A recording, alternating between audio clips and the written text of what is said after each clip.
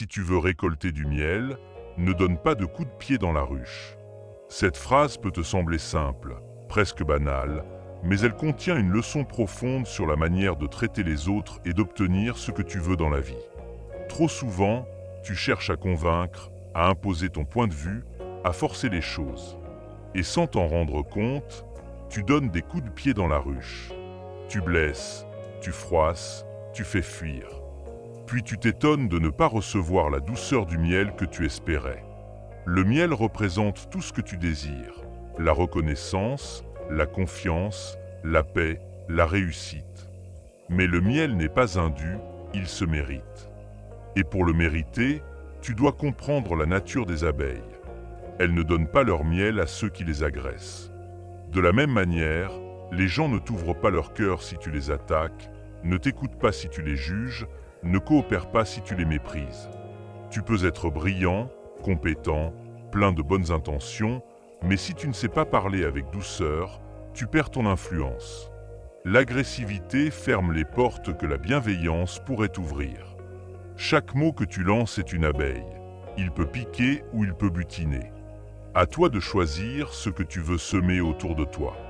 Avant de critiquer, avant de t'énerver, avant de juger, demande-toi, suis-je en train de donner un coup de pied dans la ruche? Si oui, arrête-toi. Respire. Il vaut mieux attendre, observer, comprendre. La maîtrise de soi n'est pas faiblesse. C'est la marque d'un esprit fort. Celui qui s'emporte perd le contrôle, celui qui garde son calme garde son pouvoir. Regarde les grands leaders, les bons enseignants, les amis que tu admires. Ils savent apaiser les conflits, non les envenimer. Ils savent écouter avant de répondre. Ils savent que pour récolter le miel de la confiance, il faut traiter les autres avec respect. La douceur n'est pas de la soumission, c'est une stratégie d'intelligence humaine. Quand tu donnes des coups de pied dans la ruche, tu provoques la défense, la peur, la résistance. Quand tu approches avec patience, tu gagnes la coopération, l'ouverture, la paix. Le choix est simple, mais il demande de la conscience. Parce que ton ego voudra toujours avoir raison, prouver, dominer. Pourtant, ce n'est pas en piétinant les autres que tu les fais grandir. C'est en les élevant que tu t'élèves toi-même.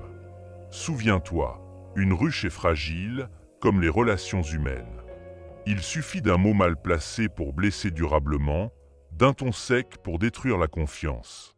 Mais il suffit aussi d'un sourire sincère, d'un mot bienveillant, d'une écoute attentive pour tout réparer.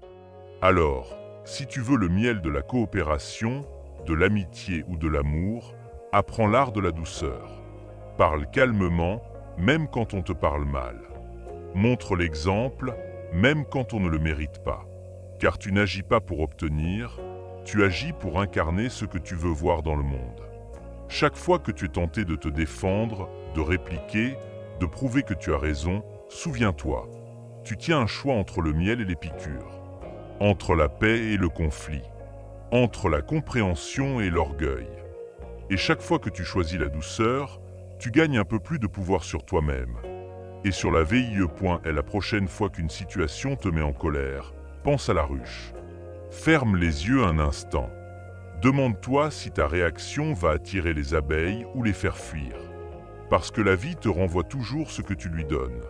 De la douceur attire la douceur, de la colère attire la colère. Si tu veux récolter du miel, sois patient, sois calme, sois respectueux. Approche les gens avec gentillesse, même quand c'est difficile. Tu verras qu'en changeant ton attitude, tu transformeras tes relations, tes résultats et même ton monde intérieur. Oui, le miel est doux, mais il se mérite. Et tu le mériteras le jour où tu comprendras que la force véritable ne se mesure pas dans la colère, mais dans la maîtrise. Alors, avance sans piétiner, parle sans blesser, agis sans condamner. Et la vie, tôt ou tard, t'offrira son miel le plus pur.